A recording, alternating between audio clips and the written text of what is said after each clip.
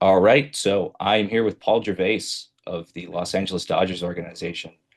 Let's just jump into it. Starting the present final stretch of the season, you've already kind of thrown a career high of innings this year in affiliated ball. How is your body and how's your arm holding up? Kind of going down the stretch. And is this actually the most you've ever thrown in a year before?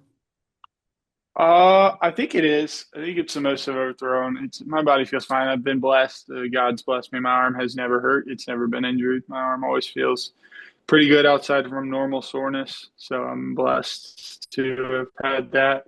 I've been dealing with kind of a little back injury for the last 2 years that I'm hoping to get taken care of this off season.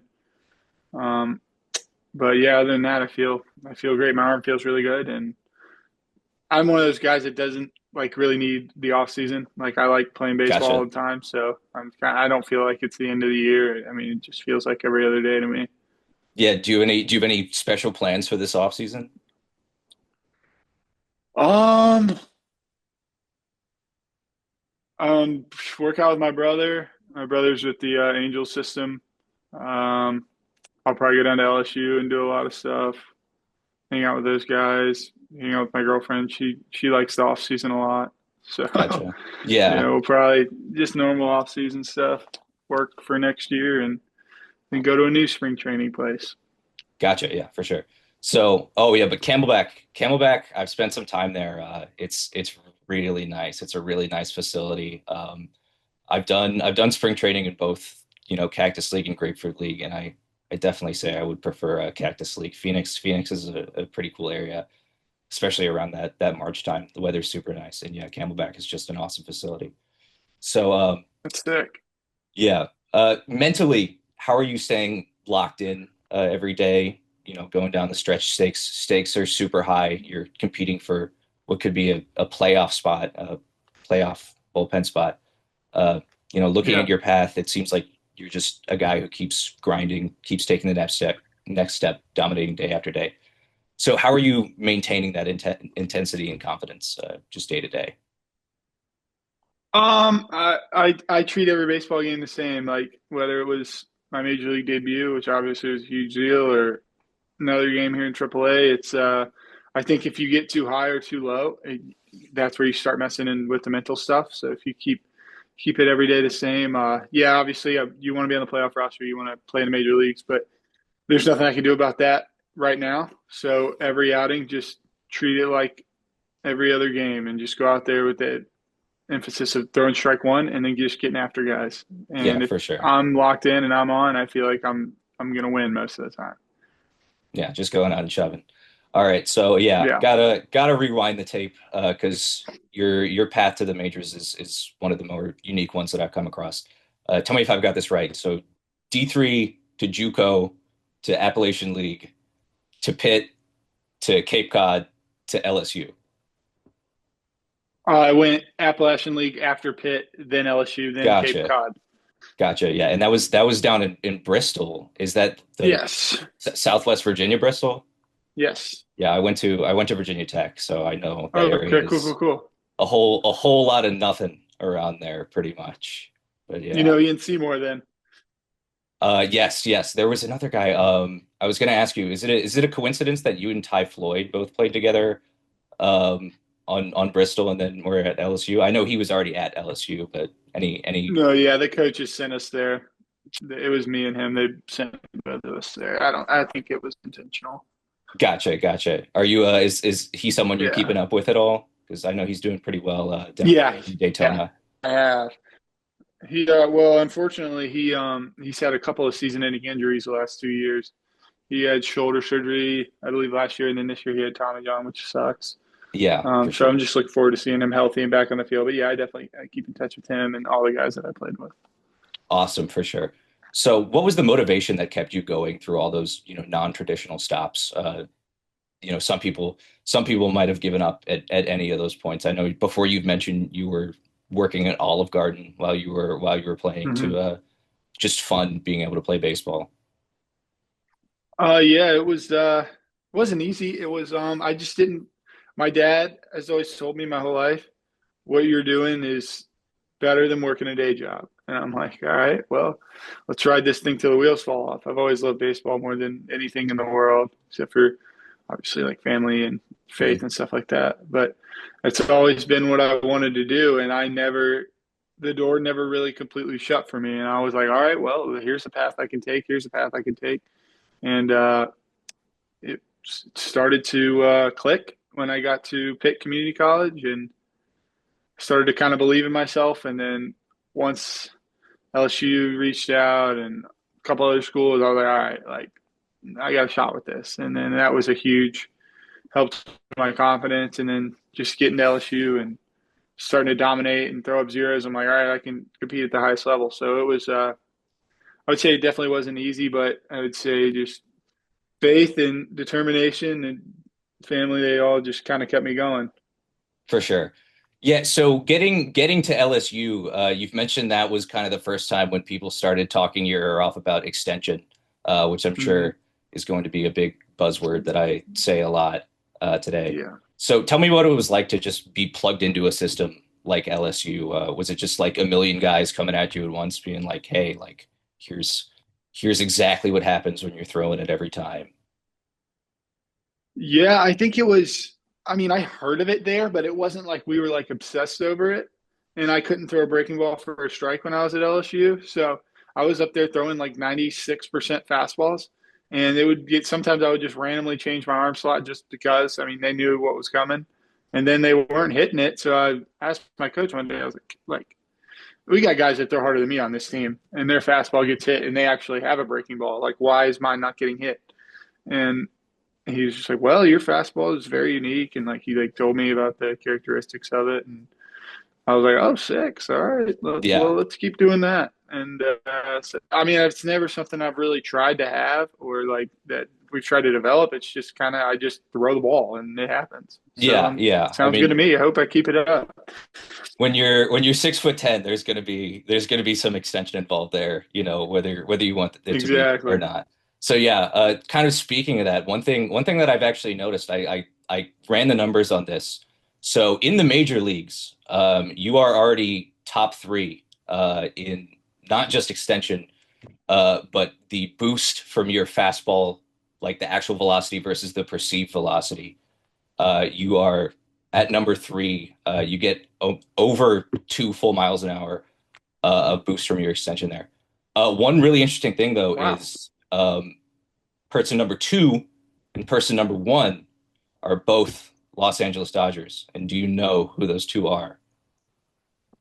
I know when I was in the International League, Alexis Diaz was the one they were always like Paul Gervase and Alexis Diaz have the most success. So I think he's one, and Yes. then I would guess probably Glass now. Yes, that is exactly right. Yeah, number two No, is that would be Diaz, my and then guess. number one is Glass now. So, are Hmm. you talking to those guys for tips on mechanics at all? Or I know Diaz is more of a sidearm guy, but I feel like Glasnow could be somebody that you could talk to for sort of mechanics tips. Are you communicating with those guys? I saw Glass now in Tampa for one day. It was my first day with the Dodgers, and he was like, "Hey, like, how did you like the Rays?" Like, it was kind of more of a get to know you. And then I got optioned that night, so I didn't really have a ton of Yeah, yeah. time to talk to him. And then I've talked to Diaz a little bit because he's here in AAA. I just talked to him about it's. I don't talk to him more about mechanic stuff, just kind of like his mentality. I mean, he was an all-star major league closer, so I like to kind of hear how he goes about things and watch stuff like that because obviously, like when he's in your play bullpen, you're like, all right, let's see what this guy's doing because obviously he's done it at the highest level and he's making a pretty good living done playing this game and he's still really good. I can't imagine why anybody Oh, would for let him sure. go. He's a really good Yeah. player, so he's fun to watch and kind of pick his brain. Yeah, and I really think that it's no surprise that the Dodgers specifically sought him out. That's kind of one thing I wanted to ask you about specifically. So let's talk deadline. Dominating in Durham, one of the best K rates in the entire minor leagues. I think maybe the best K rate. It was like 40% or something absurd. Best extension in AAA, prime candidate to be the next great Rays reliever. You make your debut, and then not like a month later, you get the call that you're trading to the Dodgers. So what exactly was going through your mind? And was that just like that was a complete surprise to you? Yeah, that was a crazy day because the night before I was in Gwinnett in AAA and manager called me in the hotel room, hey, you're going up. I'm like, all right, let's go. Going to Yankee Stadium. So that morning I fly from Atlanta to New York, get to field at like 4, stretch, throw. We play an extra inning game. I don't pitch. Uh, and then after the game, we found out Littell got traded. So we're all Mhm. like, ah, see you, man. Like, saying our goodbyes, get on the bus to go back to the hotel. I'm chilling. I get a call from a random number, and I'm sitting next to Taylor Walls. And I kind of look at the number. He goes, I don't know who that is. You should probably answer it. I'm like, all right. I answer it, and he's like, hey, it's Eric Neanders, general manager for the Rays. Like, we just traded you to the Dodgers. I was like, huh? And he was like, yeah, thank you for what you've done. We really like you. I promise. We need to get this catcher. I'm like, all right, sounds good. Like, Hunter Purdue, he's a great player. He went to LSU.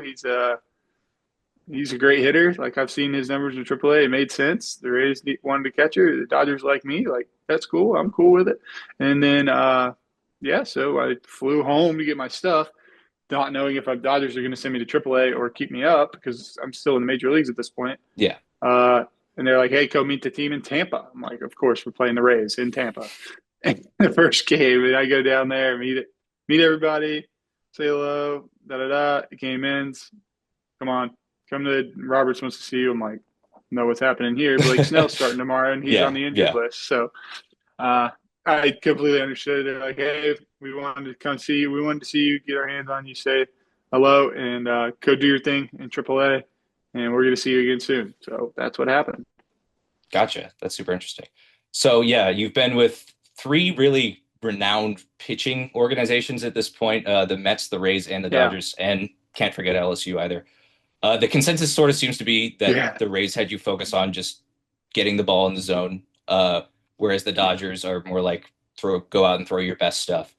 So how are you kind of combining those different ideologies that you've learned at all these different pitching organizations? Uh, and like, Um. how are you bringing all that together? Oh yeah. I think the Mets was.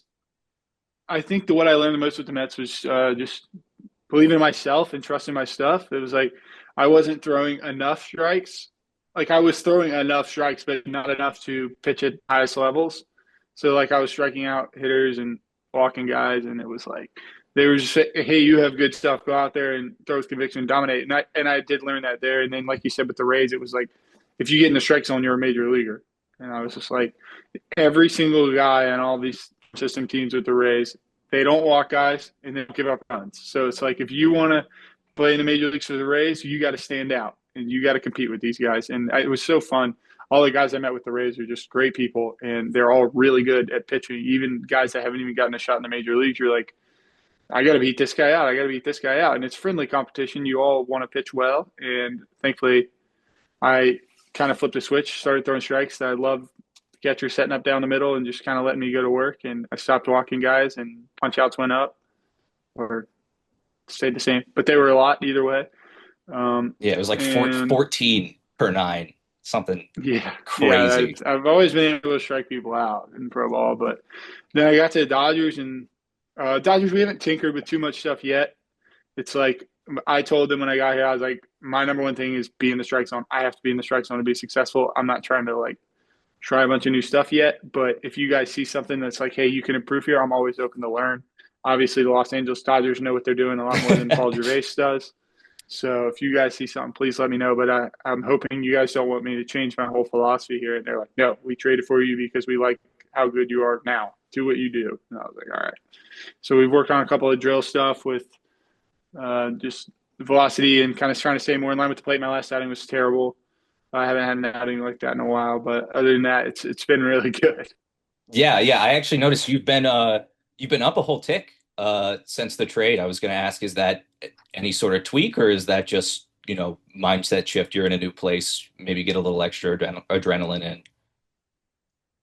But I have no idea. I didn't even know that I Oh, have been up a tick. That's good to know. I appreciate that. But yeah, I just go out there and throw the ball. I have a pretty similar strategy every time I pitch. It's throw it in the strike zone, hope they don't hit it, for sure. and throw with conviction. I did want to ask another thing I noticed since the trade. I'm not sure when you dropped this, but you were throwing a sweeper a little bit at some point in this season and haven't seen that at all in OKC. Is that something you're kind of tinkering with or something that you might bring back as a, put out pitch, two strike approach sort of thing? No, and as you see, the sweeper I threw in April. That was it. That was the only time I Gotcha. threw it. Okay. And you can go look at what my walk rate was in April. It was very high. It's the highest it had been with the Rays for any month. So that first month, I had a 6 ERA, like 16% walk rate, and it was messing up my fastball shape, and my fastball was not in the strike zone enough. And I kind of went up to our pitching coach. I was like, "Hey, man, like if you guys want me to work on this in the off season, like I can work on trying to throw a sweeper, but it's difficult for me to try to implement that into my game right now, and I feel like it's affecting my other pitches." And he was like, "All right, sounds good. Yeah, let's bang it. Let's see how it goes. If we need to go back to it, we will." And then in May, I didn't give up a run, so Yeah, it kind of worked out. We just kind of went back to the more normal slider and started dominating again. for sure. Do you think that's something, So I mean, no, you will not see that come back. No, yeah, well, not no chance of that coming back. Um, no. uh, I believe you also threw a changeup at LSU. Any chance of tinkering with that in the offseason or no, you're feeling good about your mix now? I don't remember throwing a changeup at LSU, but maybe you would know more than me. But I think I I saw threw that in pretty some much just report. fastballs. I did. I threw a changeup with the Mets. Like it was not a changeup. It was more like a splitter. It was like a 7% in zone rate for like a year and a half, and I banged it. So maybe that's an off season project at some point. But I like my kind of like my arsenal right now. For sure. So, just getting into the nuts and bolts of attacking hitters, it seems like for you, the main thing is just strike one. Is that just the foundation of everything that you're doing? Just getting a fastball in the zone for strike one? The fastball, slider, cutter, either way, throw strike one. When I throw strike one, I'm a lot more successful than when I throw ball one. And if I throw strike one, that opens up the hitters are going to swing more. Hitters don't like getting in deep counts. So, yeah, everything I do is all about strike one. For sure.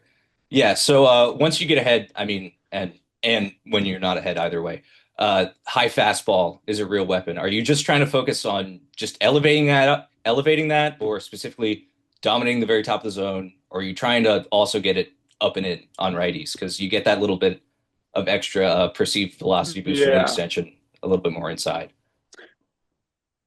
Yeah. I didn't know that. That's good to know. But Oh, um, yeah, I do try to throw it up with two strikes mainly. But until I get to two strikes, I'm trying to be in the zone. If I go down the middle, sick. If it's on the outside corner, I didn't do it on purpose. I promise. I'm trying to throw everything down the middle until two strikes, and then two strikes, I'm going to try to elevate it or get my slider down. Obviously, I'm not trying to hang sliders in before two strikes, but the whole point, yeah, is to get that fastball up with two strikes. for sure.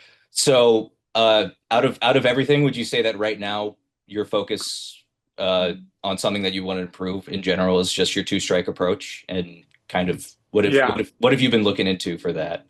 Do you just is it just trying to get that fastball up, or do you have anything else that you are tinkering with?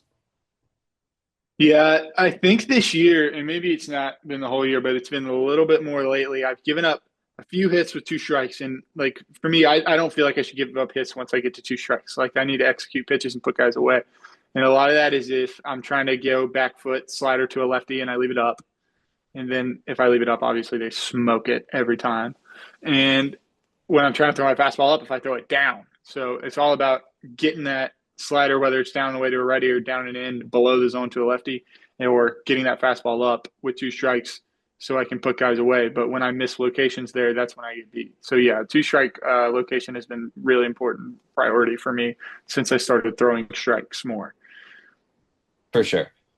Yeah. So you mentioned earlier that you had in the past sort of tinkered with arm slots a little bit. Are you someone Yeah. who's continuing to like tinker with your mechanics, or are you focused on just getting a more consistent delivery? No, I don't tinker with it too much. Like I do drills to like kind of keep me in line that I think helps me throw strikes. But I don't really do I don't really change a whole lot. I just tell myself to stay behind the baseball and just try to stay in a straight line. That's pretty much all I do. For sure. So you've already, achieved the dream of your major league debut. You've said previously that, your debut in Steinbrenner was the best day of your life. What's the next goal for you? To pitch in the playoffs and For sure. help this team win because, well, yeah, that was awesome. It's, now I want to contribute for the Dodgers. I want to help teams win. This is a team game. It's not just about doing everything for myself. Like I love to win. All my minor league teams I've played on the last few years have won. I pitched in the minor league playoffs, which is obviously not the same, but I like playing for something at the end of the year. And obviously the Dodgers pretty usually are playing for something at the end of the year. So I I want to just do everything I can to help contribute to that team now. Yeah, yeah, no, pretty. It must be pretty crazy. 6 years ago, pitching D3, and then you might end up with a World Series ring on your finger. Like, what does that mean to you, really, that you've made it this I far? mean, that would mean a lot. I mean, it's it's all God, dude. That is not that's it's not Paul Gervase. It's God's had a plan for me, and I'm just I'm so grateful that I'm here and didn't give up, and people stuck by me, and that would mean a lot for sure. All right. One last question. Don't want to take up too much of your time, but yeah, as I mentioned earlier, you said that that Steinbrenner debut was the best day of your life. How did your Dodger debut compare? I mean, obviously a little bit different pitching, pitching for the Dodgers rather than pitching in Steinbrenner Stadium. Coming in and relieving for Shohei Ohtani, who could go down as one of the best baseball players of all time. So how did Hmm. those two compare, and what exactly does that mean to you that you got to come in? I mean, yeah, they're very different for sure. The first one was yeah, nothing's ever going to top your first outing in the major leagues, but this next one, it was I don't know. I just kind of like I treated it like another game. It was just get in there and try to execute strike one and go after guys. I thought and I made some good pitches. I walked the leadoff guy, which was pretty frustrating. But other than that, I thought I made some pretty good pitches. It was good. I didn't really think of it as like a big thing. I guess it was my first outing with the Dodgers, but I just thought of it as this team needs a win, and thankfully they think I can help them win. So let's go out there and try to put up a couple of zeros. Awesome, yeah, and hopefully we will see some more of those Dodger zeros uh, towards the end of the season here. Yeah, but thank you Yeah. so much for joining me today. This has been great. And yeah, hopefully we get to see you pitch in the playoffs. I think that would be awesome. I think there would be, ton of buzz about that. Big LSU guy coming in and throwing for the Dodgers in the playoffs. I think it'd be really exciting That to would be see. cool. Yeah. All right. Thank Well, you. Thank you for having me.